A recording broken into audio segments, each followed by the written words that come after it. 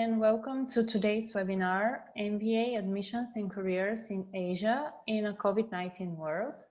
My name is Martina and I'm the moderator of this webinar on behalf of Prep Advisor. Our speaker today is Sean Ferguson.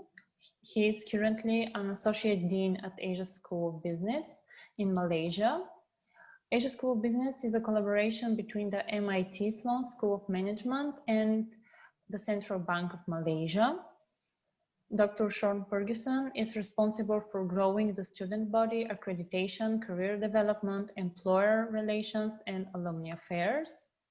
He will share findings from his research on Asia-Pacific employer perspectives on employability and MBAs to illuminate what is driving the trend. And he will also give you useful tips on how to get admitted to an Asia MBA program and stay ahead of the employment curve in Asia.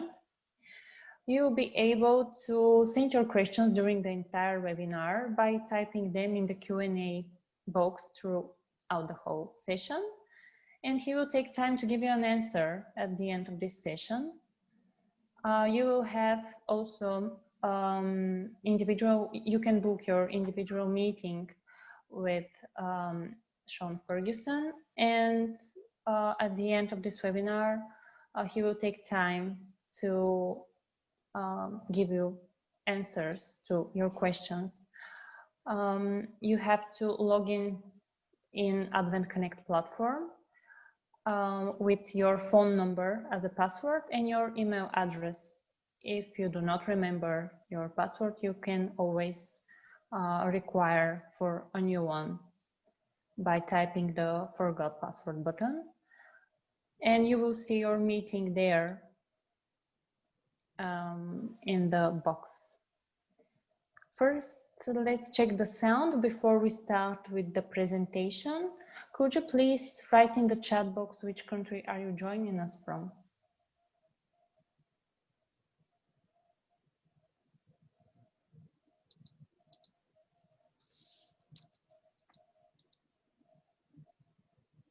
Okay, I think that everything is set. So Sean, you can start with the presentation now. I'm giving the floor to you. Thanks so much. I really appreciate that. Excited to be here to meet with all the prospects who are interested in potentially pursuing an MBA in Asia. My name is Sean Ferguson. We're going to talk about the Asian MBA, admissions and careers in a COVID-19 world. As mentioned earlier, I'm the Associate Dean at the Asia School of Business. It's a partnership collaboration between MIT Sloan and the Central Bank of Malaysia. You know, as a small school and an intimate, kind of school, we touch people very much throughout the admissions process. So if you want to connect with me, feel free to email me. My email's here, scan my QR code for LinkedIn, and happy to, continue the dialogue post-session. And so before I jump into the topic for the day, I just want to give you a little bit of background on the Asia School of Business. We're a 5-year-old startup business school in the heart of Kuala Lumpur, and we're a byproduct of the need for more world-class talent in Malaysia, the region, and the emerging world. And so for MIT, this was an opportunity to kind of do academic evangelism, spreading its approach to learning to different parts of the world. And they're here to, to ensure the academic rigor of this initiative. Bank Negara is the visionary behind this, and they recognize the need for talent in this part of the world, so they provide the human capital, the financial capital necessary. And ASB is the product of that, and so the hope is that we can be a talent magnet to the region and a talent multiplier. If you look at our mission, there's a lot of elements that are similar to other schools, except for us, we have this real focus on helping the advancement of the emerging world, particularly with Asia as a focus. And so it's like an exciting place to be. And unlike being in places like Hong Kong or Singapore that are kind of these bubble cities, Malaysia, Kuala Lumpur is on the front line of what's going on in Asia. We feel like at ASB we have, it's an MBA program for those who are frontier-minded, who want to go where business world is going to be. We see Asia as the future commercial center of the world, and individuals who want to be a part of that, transformation, who have an impact orientation and are looking to build a global career, we think we're the best school for you. Our value proposition is built around 4 pillars, our MIT Sloan DNA, but in a relevant Asian context for the future. Part of our MIT DNA is action learning. And so while MIT is a school renowned for its world-class research and thought leadership, it's also its ability to put that thought leadership into action through the action learning curriculum. And what ASB has done is really adapted that curriculum for this part of the world and this market. And we'll talk more about that later. And that approach to action learning, I think, has led to career transformation in our early career and has yielded strong placement outcomes. And because of our mission and mandate, being focused on the emerging world, we recognize that financially it could be a challenge for people from different parts of the world. So we're market leaders when it comes to scholarship. So when you prepare strong placement outcomes and scholarship, you get a value proposition that's second to none. We're just in the process of moving into our new campus. We have a great future, a purpose-built campus for the future. If you look in the lower left corner, you'll see our residential campus on the left of that picture and our academic building on the right of the picture. We moved into the residential campus at the beginning of 2020, and we were supposed to move into the academic portion of the campus this summer, but because of COVID, it's been pushed back to January. So we're really excited about all the things that are going on campus. This year, we've had our largest class, almost a 50% increase. We're a super international and diverse cohort, 35% Malaysians, 65% international, representation from 18 different countries and 5 continents, very diverse with regards to gender. So it's exciting, diverse, global full-time MBA cohort in the heart of ASEAN and we're continuing to build momentum in this part of the world. Financial aid-wise, our full-time MBA students are eligible for merit-based scholarships and deferred payment. 100% of our admits receive some form of scholarship, and that typically ranges from 50 to 100% tuition. We also have financial aid for our working professionals programs and corporate sponsorships from some of our partners.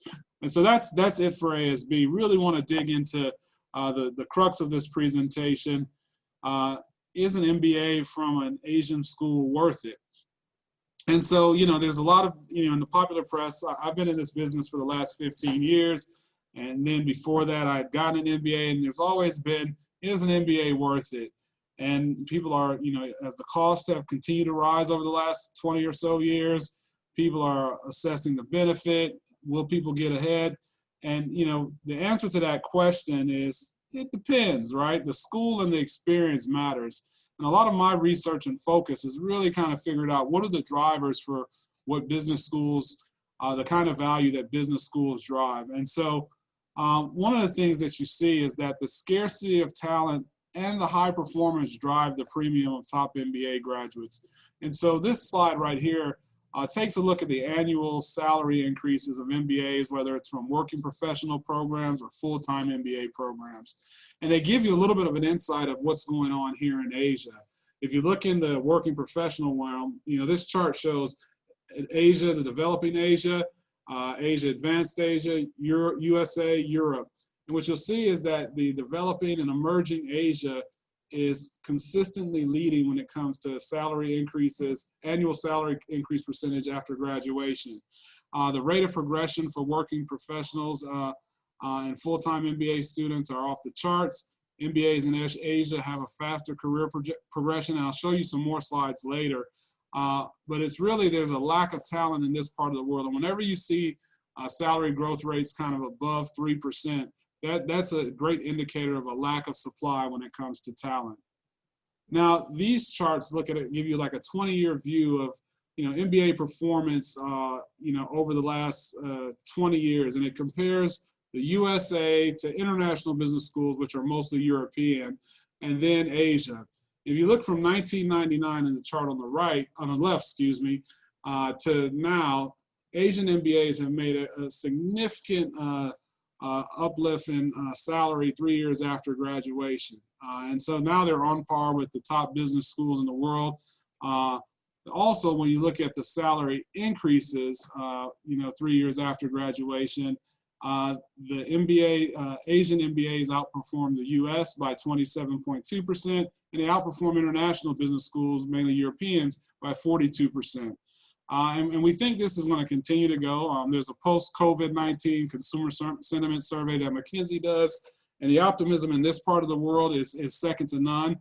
Also, despite what I said earlier with the growth in salaries, there's still not enough business schools in this part of the world. So over the last 20 years, the number of ranked Asian business schools has went from 2 to 17. But if you total up all the kind of top 10 schools, say, in the Far East, they're still smaller than, say, the total of MIT, right, which has a class of about 500.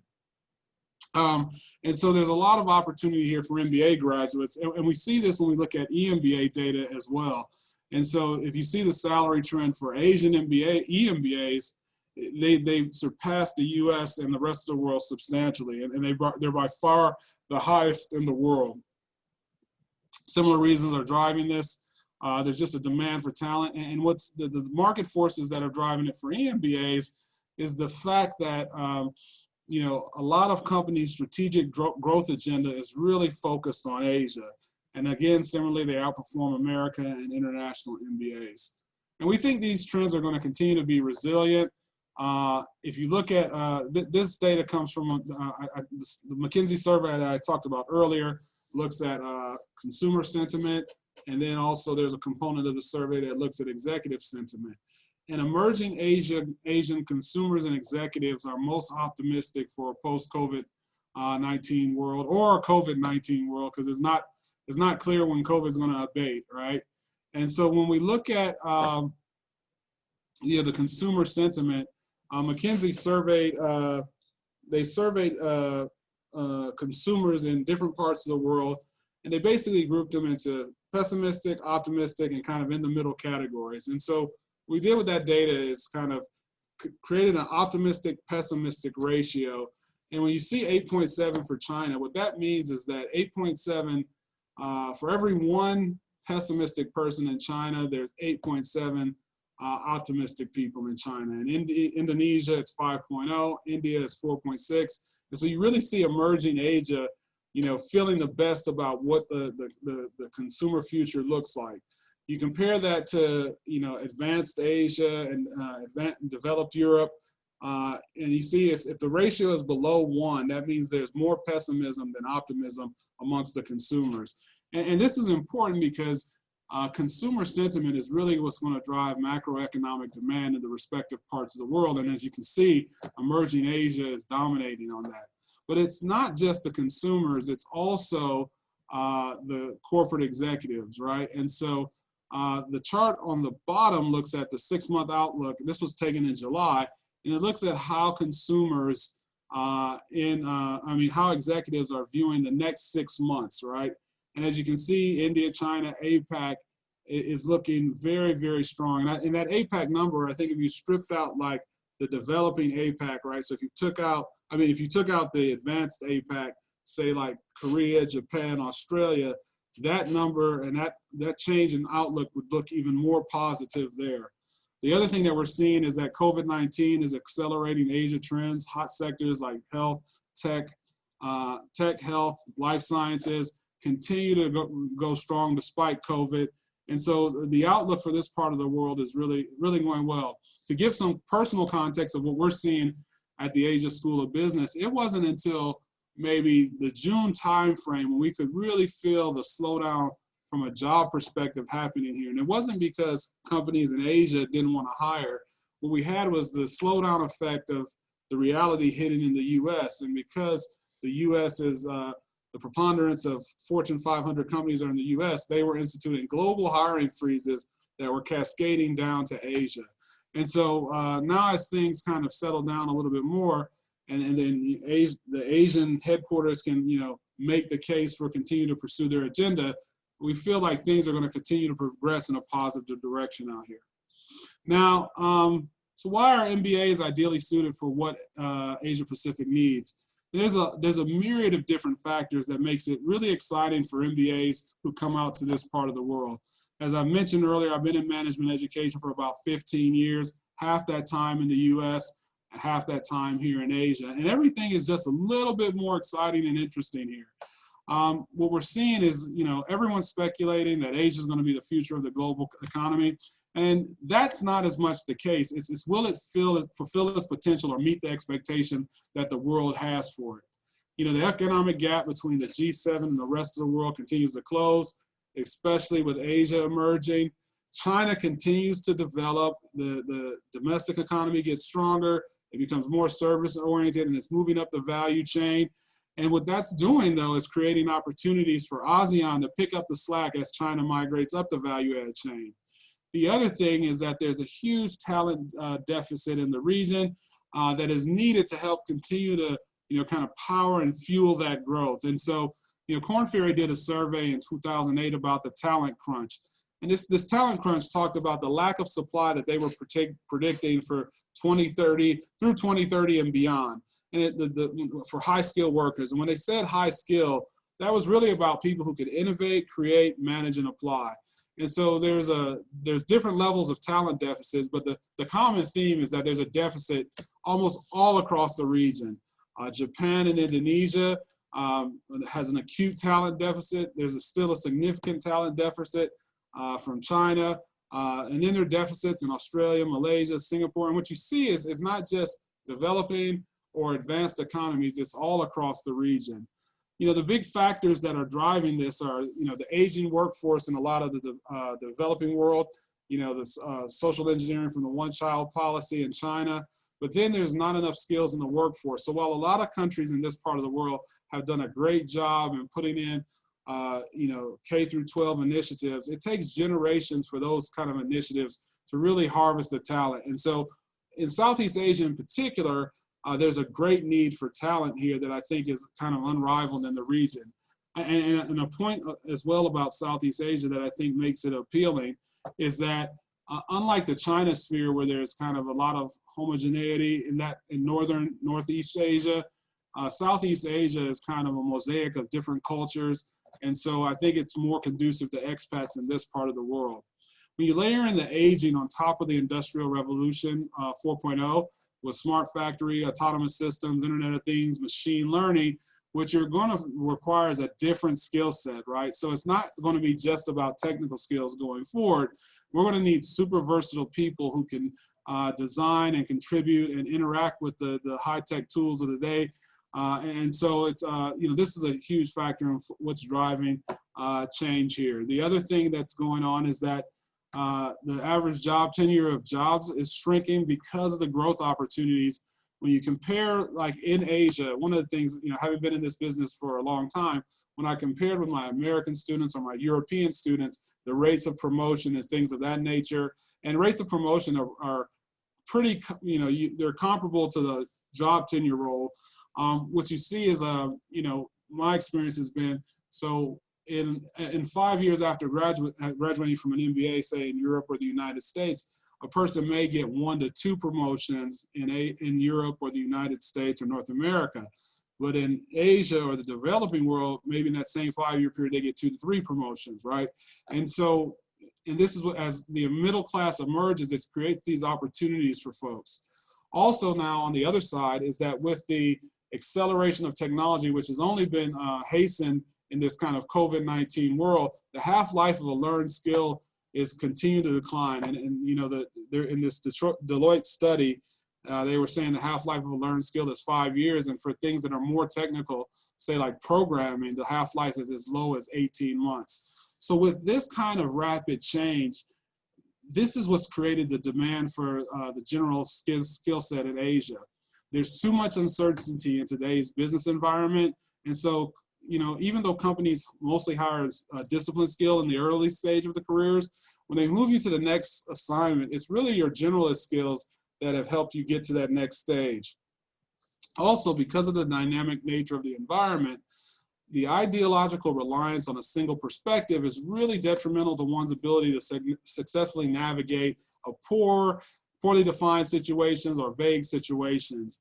And so, what the literature is saying is that employees skilled in numerous functions are more valuable as management can quickly and dynamically adjust their roles. And so the last point is that professional armed with strong analytical capability. So this isn't to say that technical skills don't matter, but the ability to take those technical skills and experiences, which are kind of synonymous with the MBA, will help individuals outperform domain-specific skills over the long run. And so, with the emerging of this growing global middle class, along with COVID-19, it requires a world where managers and leaders have a really diverse skill set. A great example of this is QS just recently released a report, an employer insight report, and it was kind of a quick snapshot of some employer sentiment in this new post-COVID world. And what they found is that, soft skills were the things that they were most, that are the most in demand with employers. And so I use communications as an example because it's kind of the ultimate soft skills. And it was rated as the most important skill by employers in this QS Global survey. Ironically, though, employer dissatisfaction with communication was the third largest of the 15 skills evaluated, after problem solving and after resilience. And resilience is something that really emerged because of their observations in this short-term period in the post-COVID world. Articulation of thought in a verbal or written form is critical for engendering buy-in. And employers, they were generally satisfied with technical skills, more satisfied with technical skills than with the communication skills. And so, and that makes sense. Being in academia for the last 15 years, it's easier to teach and measure the technical skills, but it's harder to measure the softer skills. And so there was a much smaller satisfaction gap when it came to technical skills. The chart on the left is just kind of an illustrative example of what's kind of going on with soft skills in terms of communication. And so if you have a candidate who, if you look at the dotted bar, that candidate could have 100 knowledge index points, right? But if they can only communicate 25% of that, someone with half as many knowledge index points, but with the ability to communicate 100% of what they know, can look twice as smart as the person who is smarter. And so this is what happens with soft skills, right? And so one of the things that we wanted to test, at ASB through some of my research was we ran out to corporations and talked to them about what's going on. We focused on, populations in the tech industry, the professional services and consulting industry, financial services, and kind of unconventional industry. We conducted a series of interviews. We talked to big firms in the financial services industry, leading investment banks, leading management consulting firms. We talked to boutique private equity firms. We issued a survey to 225, a population of 225, and we got some really interesting insights that have really helped us get a handle on what's going on in Asia. And so the value, and one of the things that we were testing was like, do people even know what an MBA is? And so the value and the awareness of an MBA in Asia is really high. And what we found was Asian schools are well regarded. 70% of the respondents of the survey viewed them as the same as other schools in the world.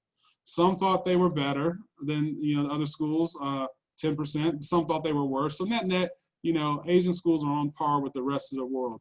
The other thing that we found is that employers recognize the general nature of the MBA is different than other degrees for their ability to really kind of facilitate, the development of problem solving and thinking strategically about macro problems. The MBA, the other key insight was that the MBA is a skill set that brings together experiences, classroom skills for impact. But the one thing that employers told us is that the credential alone is not enough. All right, and so these were some of the key takeaways.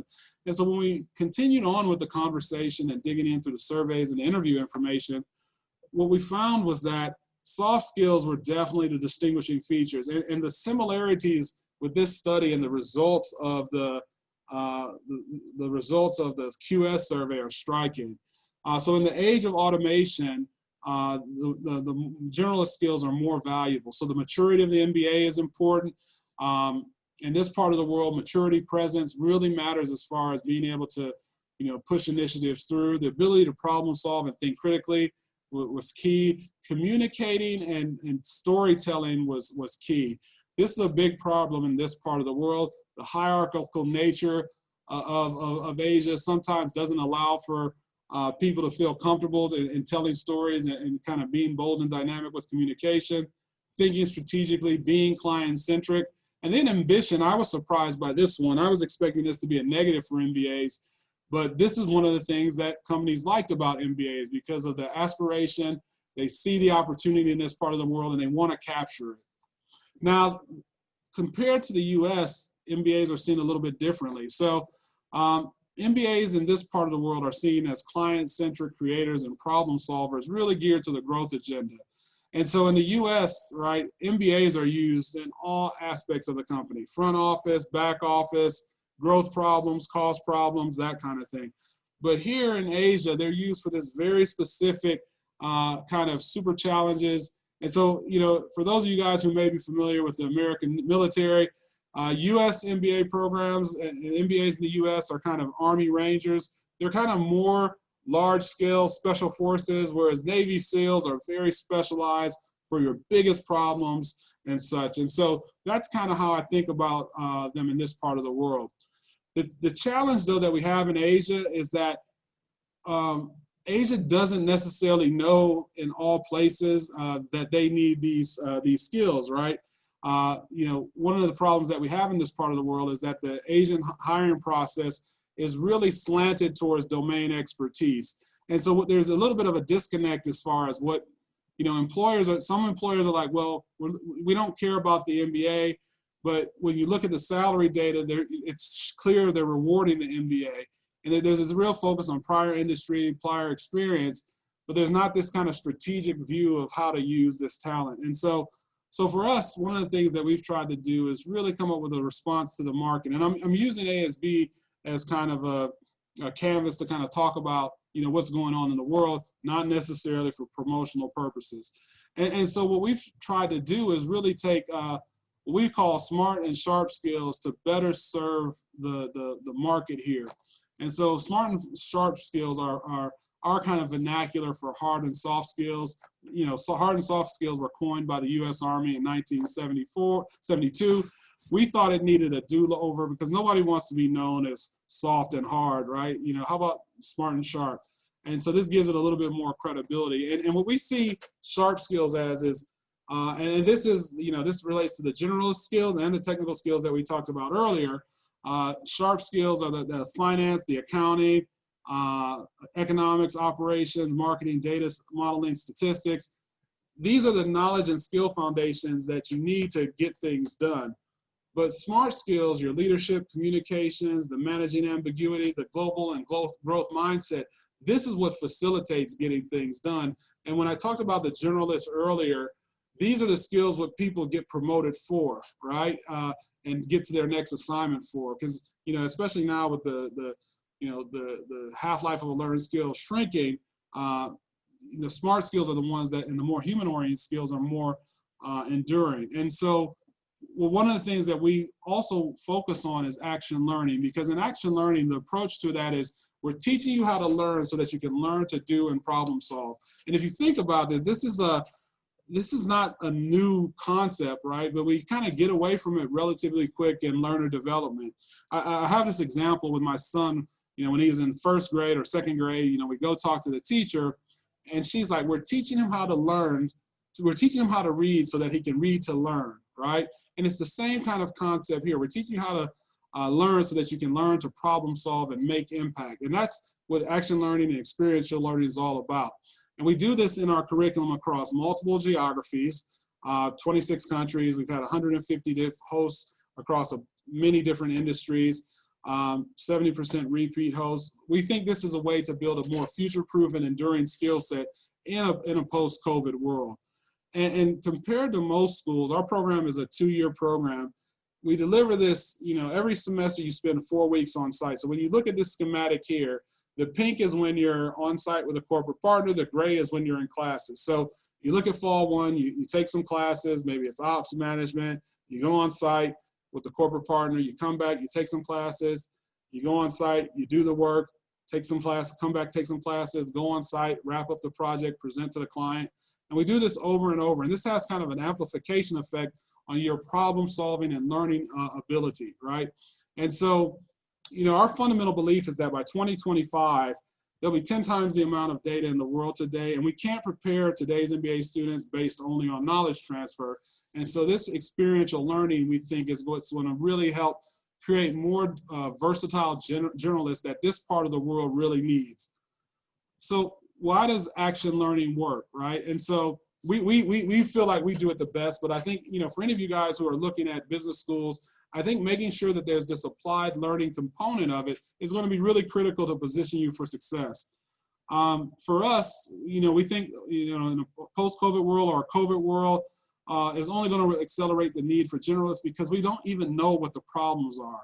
And so for us, we think action learning is going to work for this because it provides opportunities to solve these real world problems that leverage smart and sharp skills. Also, the retrieval practice, which is the testing effect, happens frequently for better retention. And so you're doing this all throughout, you know, you're going back and forth between project and class, you're using different tools and skills, and this just reinforces the technical skills that you're getting, but you're also learning how to use them in a practical setting. The other thing that is great, like I think everyone thinks about theory into practice, right? But because, you know, you're doing this in a multicultural setting across different countries in Asia, what you're also getting is this cross-cultural savvy that's really going to position you for a global career. The learning opportunities are spaced and interleaved, so, you know, they're interwoven throughout the semester. And the thing that's different about action learning is that reflection for self-learning is the most impactful kind of learning, right? If you look at all the educational literature, they talk about the, you know, the ability to teach oneself, right, and reflect is way more than any faculty member can do sitting at the front of class projecting to you. And so what that results in is our faculty, they're not standing at a chalkboard or a whiteboard in class saying this is what you should do for action learning. What they're really doing is probing and inquiring through our inquiry panels to verify learning, and this allows for coaching. And so we see faculty as coaches versus instructors. And this is why action learning and experiential learning works. So for us, the results have been transformative. In our class of 2019, our salaries would have ranked 52nd in the world for our graduates in the Financial Times ranking. And that's compared to, in the Financial Times salaries, the salaries listed are 3 years after graduation. So we feel like, you know, projecting out, if surely the salaries will go up from 52, maybe if you compared like for like, maybe in the 25 range. In our class of 35, our students were placed in 14 different countries across 5 different continents. The tech and knowledge-based industries were leading the way. 52% of our students went to work with MBAs. 52% of our students went to work in technology. And then we just launched our MBA for Working Professionals program. And this approach to learning has been transformational for them. So for the first cohort, and this was before the end of the first year, 61% of our students received a promotion, title change, or expansion of responsibilities. And so these are some of our salary stats, our PPP adjusted salary. And we look at PPP adjusted salary and market salaries because it's hard to compare salaries, say, in Jakarta with Singapore, right? So the USD annual amount is what, you know, it is in market rates, but if you adjust for cost of living, you know, and the cost of the market, it's $130,000. This talks about the tech and innovation sectors value the MBA the most. 52% of our students went into tech. Management consulting was gaining significant traction. About half our students stay in Southeast Asia, with the most of them staying in Malaysia, maybe about a third staying in Malaysia, 2/3 staying in Malaysia, a third in the rest of Southeast Asia. And then of that, the other half is all throughout the world. What we're seeing is that the emerging markets, you know, have the best return on investment when it comes to balancing cost of living and salary. And again, this goes back to, we feel like these trends will continue to go forward in a post-COVID world because so many of the macro factors, the consumer sentiment are really in favor of emerging Asia. And so, you know, value creation is key in this part of the world. There's a huge growth agenda. People want to capitalize on the emerging middle class. Tech, innovation, knowledge will continue to dominate. Tech is by far the strongest industry. E-commerce, getting products to you know, the consumer is huge in this part of the world. Consulting, you know, will be flat, and based on you know, our career office is fantastic. All of us have been through the 2008, 2009 financial crisis. You know, I went through the crisis, the Enron.com bust in 2001. And so we all have a sense of view. And our initial bet was that consulting was going to be flat, but actually we've seen a little bit more positivity in consulting than we thought. Financial services, there's a little bit of a modest shift back to banking on the wealth management side, and the role of technology in banking is accelerating. Corporate roles are declining, traditional corporate roles, but corporate roles are, if they're tech-oriented corporate roles, so digital transformation and things like that, are still a strong opportunity. So some of the trends that we were seeing pre-COVID are still holding now. You know, people always ask us what's going on with our students. They've been in a range of different industries. These are some of our recent graduates. CJ is working for a Malaysian conglomerate that was looking to move into the tech space and not just be a kind of old school brick and mortar company. So they created a subsidiary. CJ is the head of product there. Zoe is working for the UN Capital Development Fund, working on digital innovation and facilitating financial inclusion in this part of the world. Jishnu is working for Anheuser-Busch InBev in China as a solution consultant. Esther is working for Biorhythm, a life science startup in Singapore. Raphael is working in Samsung's MBA rotational program in the US. Ashley is working at SOCAR, which is a mobility startup here in Malaysia as a chief of staff to the CEO. Alec, ironically, is working for a different kind of mobility startup in the United States. And Kevin is working in a leadership development program with the Scandinavian pharmaceutical company Novo Nordisk, and he's rotating between Kenya and Denmark. And so it's been a tremendous year for the students despite the adversity of COVID. A couple of things to keep in mind as you go forward. Most MBA students in Asia, they start off as career changers because of the American MBA narrative. But one of the things that we implore students is that I showed you earlier, people try to hire for domain expertise in this part of the world. And so minimizing your degree change is important. So what we tell people, there's 3 dimensions to a career change: industry, function, and geography. Each thing that you try to change makes the job search a little bit harder. So since most people coming to this part of the world, geography is built in, we say you have to either build your career search in this part of the world around industry or function. Building off and if you do this, this can lead to a great deal of career success. The one thing in this part of the world, there's no structural MBA hiring because of the dynamic nature of what's going on in this part of the world. Most recruiters' hiring horizon is 2 to 3 months out. So you need to build that into your plan. So there's not an interview in September, October, and then I'll get my job in April when I graduate. It's like you have to plan to start applying before. And we have a framework, it's called a seeding, tending, harvesting framework that we teach our students about how to find jobs in this part of the world. So, how do you take advantage of this, right? So we think MBA programs are the real catalyst for helping building a generalist career in this part of the world. Most schools this is what ASB looks for when it comes to applications, but it's pretty consistent across most schools. We look at a resume and a cover letter essay to really understand why Asia, why ASB, and this will be the same whether it's SEEBS, HKUST, NUS, who have you. Then we assess your academic transcripts to assess whether you can handle the rigor of this kind of MIT level curriculum. Then the video statement gives us a sense of who you are as an individual, assess your authenticity. And then the 2 recommendations give us the ability to evaluate you as a professional, your performance, the kind of impact. And then most schools require the GMAT or the GRE. We don't require the GMAT or the GRE. It's optional. We have a very kind of proprietary process to evaluate your academic performance that we look at.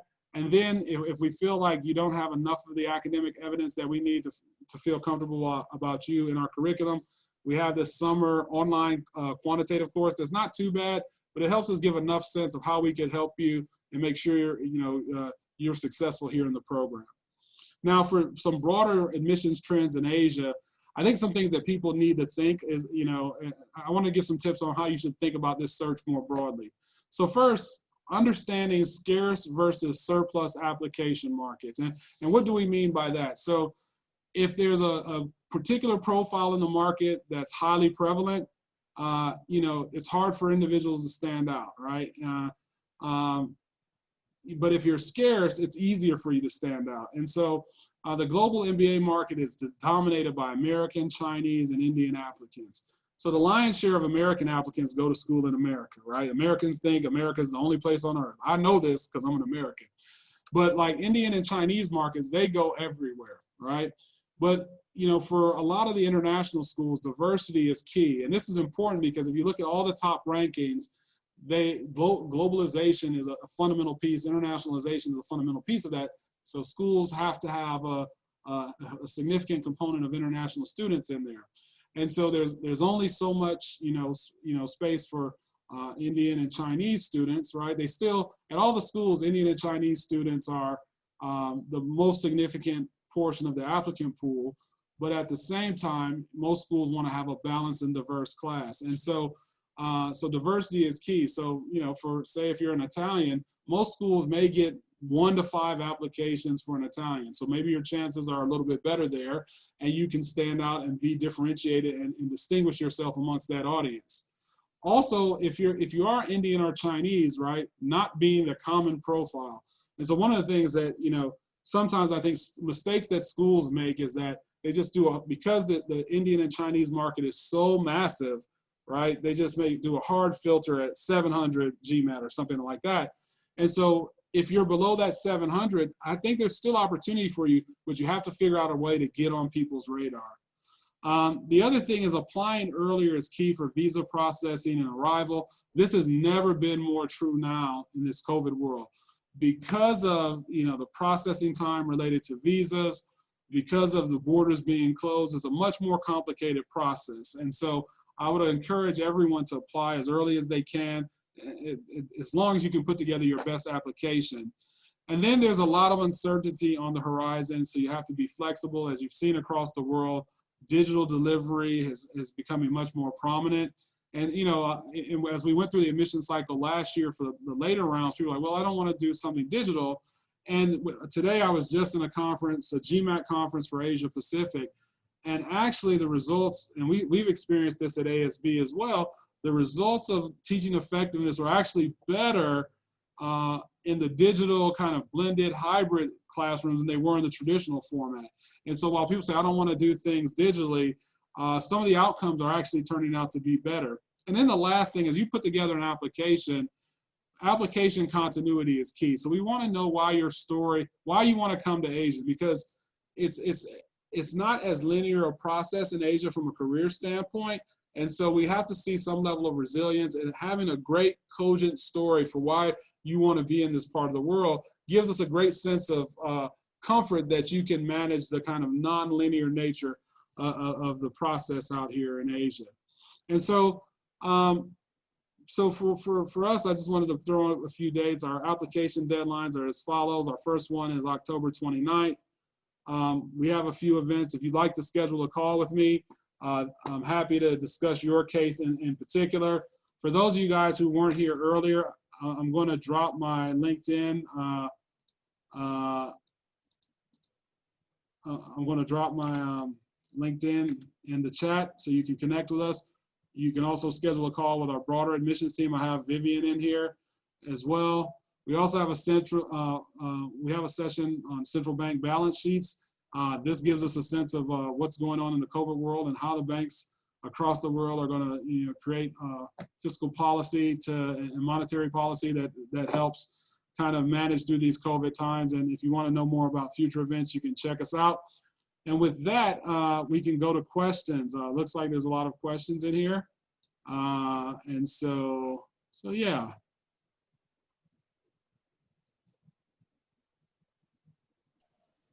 Let's see. I can read the questions for you, Sean, if you want. It will be maybe easier. The first question is actually the first attendee have 2 questions. Will the units from my previous school be credited, and how long should my passport be valid? Because I'm from Russia. So, I've worked in Hong Kong, I've worked in Malaysia. We've had Russian students in both places. I think it's, if you can get your passport renewed before you get out here. I know in a lot of different countries in this part of the world, they at least want to give you a 1-year visa. And so if you have more time on your visa, that's always better, all right? And so I would recommend that, particularly, if, as an American, if you have to renew your passport, they ship it to the U.S. And I know there, in COVID, there have been issues. So I think it would be important to get that done before you come over here. The other thing that I would say is, the question I think was around units. With regards to units, most schools don't just accept units from a prior degree. So when I was at HKUST, we would do an exam and people would have to take an exam. Like if they said, oh, I took, financial accounting and undergrad, I don't want to take it again. We just say, hey, you got to take this test. At ASB, we don't allow that. And most US schools and European schools, they don't allow that either. So I wouldn't count on taking units. I don't think that's the way to think about it as well, because in these kind of top tier MBA programs, what they're really trying to create is a student experience where peer learning is at the center of the learning experience. And so if we have people opting out of classes, the person who's an expert in accounting can't, his teammates or her teammates can't learn from their expertise. And then the person who's an expert in marketing, his or her teammates can't learn from their expertise in marketing, right? So these are the reasons why schools are generally reluctant to just let transfer credits come to the MBA program, because it's actually not just about the transfer credits. All right. Okay, thank you so much. Another question is what visa is required to study in ASB, but attendee doesn't say where he or she is from. Maybe can you tell us which countries are required visas to study in Everyone's ASB? required a visa to go to school at ASB, and I think any school in Asia, right? You need a student visa. Like a lot of schools have health insurance and things like that are, contingent upon you kind of being here on a non-tourist basis. Okay, maybe or candidate mean what kind of visa, only student visa or living, but he doesn't say it specifically, so. Yeah, you need a student visa for every place. I'm familiar with Hong Kong, Singapore, and Malaysia, and I'm pretty sure the rest of the countries, it'll be a student visa that you need. Okay, thank you for the answer. Can I apply for more than one program in Asia School of Business? So right now we have an MBA, a full-time MBA program. We have an MBA for working professionals program. And the goal of those two programs, I think I actually have a slide on this. One program is designed for career changers and one program is designed for career accelerators, right? And so what we recommend, if you're looking to do a hard pivot, right? So I'm a school teacher and I want to be a management consultant, or I'm an engineer and I want to be a brand manager. Those are pretty substantial changes. So we would recommend the full-time MBA. If you're a career accelerator, say you work in the oil and gas industry in Asia, you're happy with your company or this industry, but you want to maybe switch from the engineering side to the project finance side, that's only a 1-degree career change. We would classify you as a career accelerator and recommend our MBA for working professionals program. Both programs were provided to, were crafted to provide a world-class academic experience, but the development and the professional development is different based on the needs of the individual. And so you can't apply for multiple, you have to pick one or the other. And this is the case pretty much at most business schools as well. Thank you for the answer. Is it possible to study in ASB while living outside Asia because of the COVID situation globally? So right now we're delivering our classes in a hybrid format for students who can get into the country. Our Malaysian students, they have been able to come to class in person, and then we've been able to deliver synchronously with our students across the globe. So we are able to deliver both, and we're still evolving our approach as we take the learnings from this time to figure out how we can have the most impactful learning experience. Okay, thank you. Another question is in the chat box. I can see that there are another questions there. You said you do not require GMAT or GRE, but what will be the most important advantage of a candidate in this case?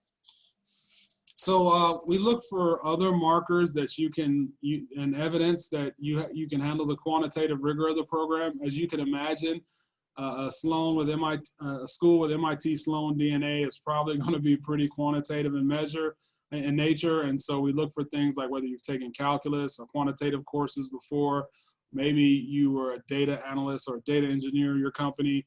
And so we look at all those kind of factors, the quality of the school, etc. Okay, thank you. Another question again from the chat box. Are Israeli students with a European passport able to study in Malaysia? So that's an interesting question. I don't think we've had an Israeli student, and I have to check into that. I think if you had a European passport, you know, Ronnie, this might be a question we should talk about in a schedule a call. I can drop my schedule a call link in the email because I think it's a little bit more complicated than I can get into here.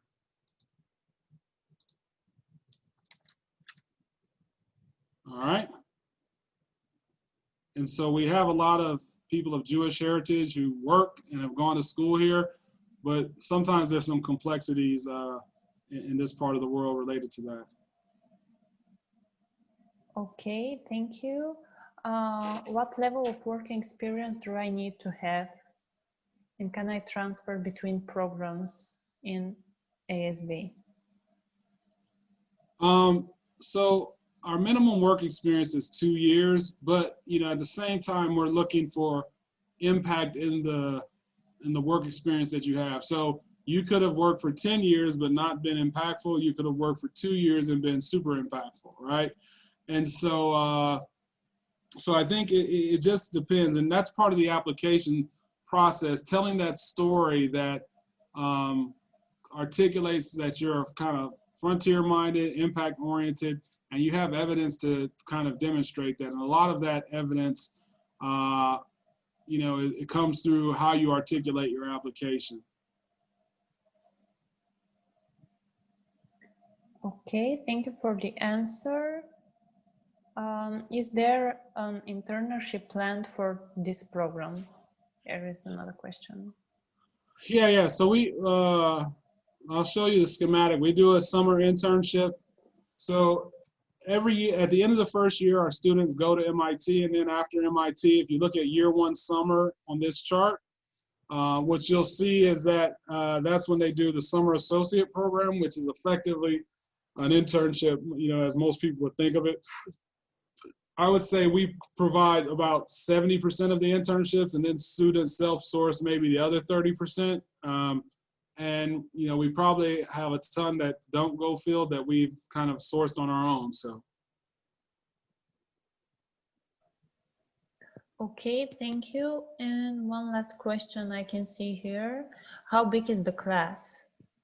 So, you know, this class this year was 51, which was our largest class ever. Because of COVID, we were slated to have close to 70, and but we had 16 students defer.